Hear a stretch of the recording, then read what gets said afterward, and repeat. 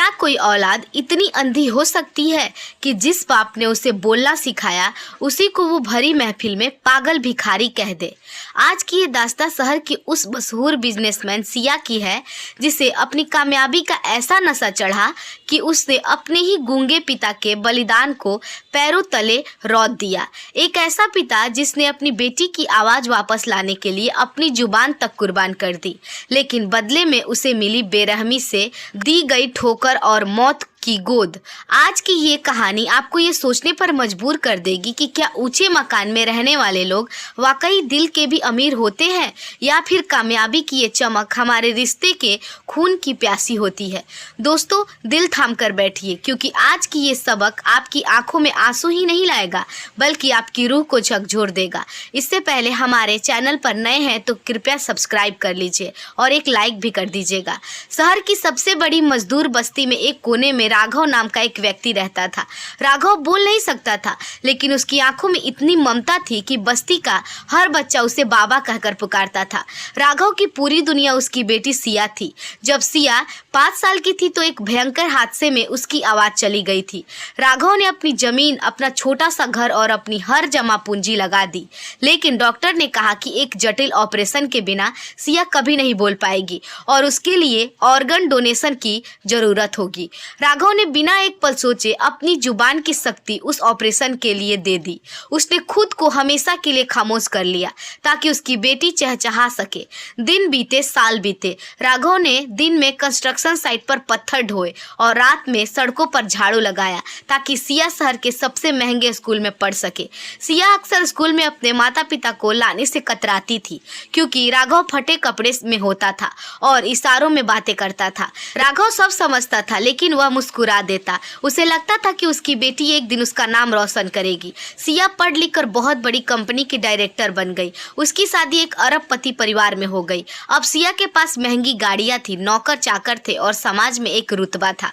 लेकिन इस रुतबे के बीच उसने अपने पिता को पुराना कबाड़ समझकर एक छोटे से कमरे में रहने को मजबूर कर दिया। उसने अपने पति और ससुराल वालों से झूठ बोला था कि उसके माता पिता इस दुनिया में नहीं है।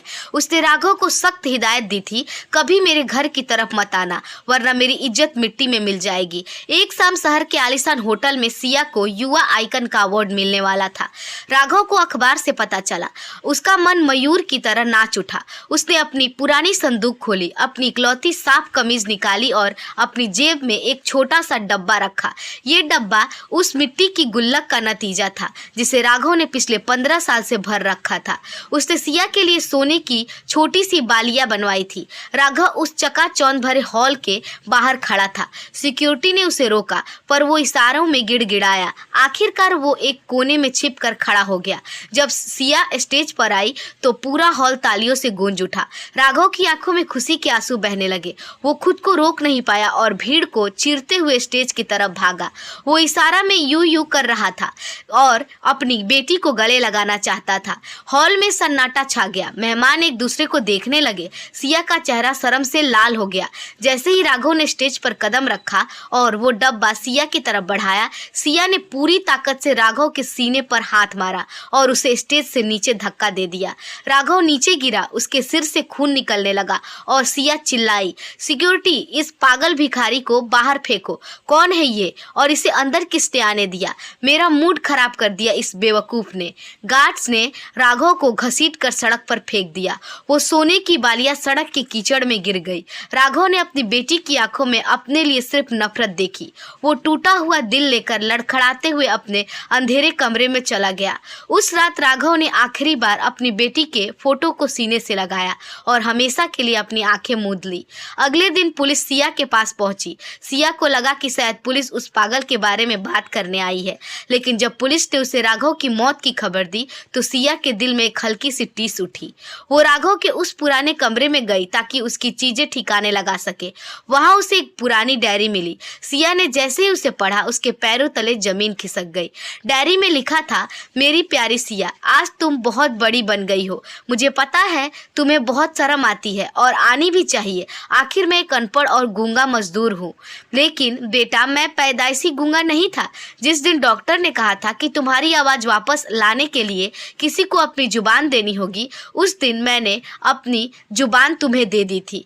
मैंने सोचा था कि मैं नहीं बोल पाया तो क्या हुआ, मेरी बेटी तो मेरी आवाज बनकर पूरी दुनिया पर राज करेगी। बेटा, मुझे अवार्ड फंक्शन में आने के लिए माफ करना। मैं बस तुम्हें वो सोने की बालियां देना चाहता था जो तुम्हारी माँ ने तुम्हारे लिए सोची थी। हमेशा खुश रहना सिया। सिया के हाथ से डायरी गिर गई और उसे लगा कि जैसे किसी ने उसके कान के पास हजारों बम फोड़ दिए हो। वो पागलों की तरह अस्पताल की तरफ भागी जहाँ उसके पिता का शव रखा था। वो उनके पैरों में गिरकर चीखी, पापा मुझे माफ कर दो, मैं नहीं जानती थी। पापा एक बार मुझे डांट दो, कुछ तो बोलो। लेकिन अब बहुत देर हो चुकी थी। राघव ने जिस बेटी के लिए अपनी जुबान दी थी, आज उसी बेटी की चीखें सुनने के लिए वो इस दुनिया में नहीं था। सिया के पास पैसा था, शोहरत और वो आवाज भी थी जो उसके पिता ने उसे दी थी, लेकिन अब उस आवाज को सुनने वाला वो गूंगा बाप हमेशा के लिए खामोश हो चुका था। दोस्तों, इस कहानी से हमें यह सीख मिलती है कि डिग्रियां हमें साक्षर तो बना सकती है लेकिन संस्कारी नहीं। आज हम कामयाबी की सीढ़ियां चढ़ते हुए इतने अंधे हो जाते हैं कि हम उन हाथों को भी भूल जाते हैं जिन्होंने हमें चलना सिखाया था। याद रखिए, माता पिता की असली संपत्ति उनका पैसा या मकान नहीं, बल्कि अपनी औलाद की आंखों में उनके लिए इज्जत है। जिस बाप ने अपनी जुबान की शक्ति अपनी बेटी को दे दी, उसकी खामोशी उस बेटी की कामयाबी की सबसे बड़ी कीमत थी। अगर आपके माता पिता जीवित हैं, तो आज ही उनके पास बैठिए और उन्हें बताइए कि वो आपके लिए कितना अनमोल है। दोस्तों, उम्मीद है आपको हमारी कहानी अच्छी लगी होगी। अगर हमारी कहानी आपको पसंद आई हो तो हमारे वीडियो को लाइक और चैनल को सब्सक्राइब जरूर कीजिएगा। धन्यवाद।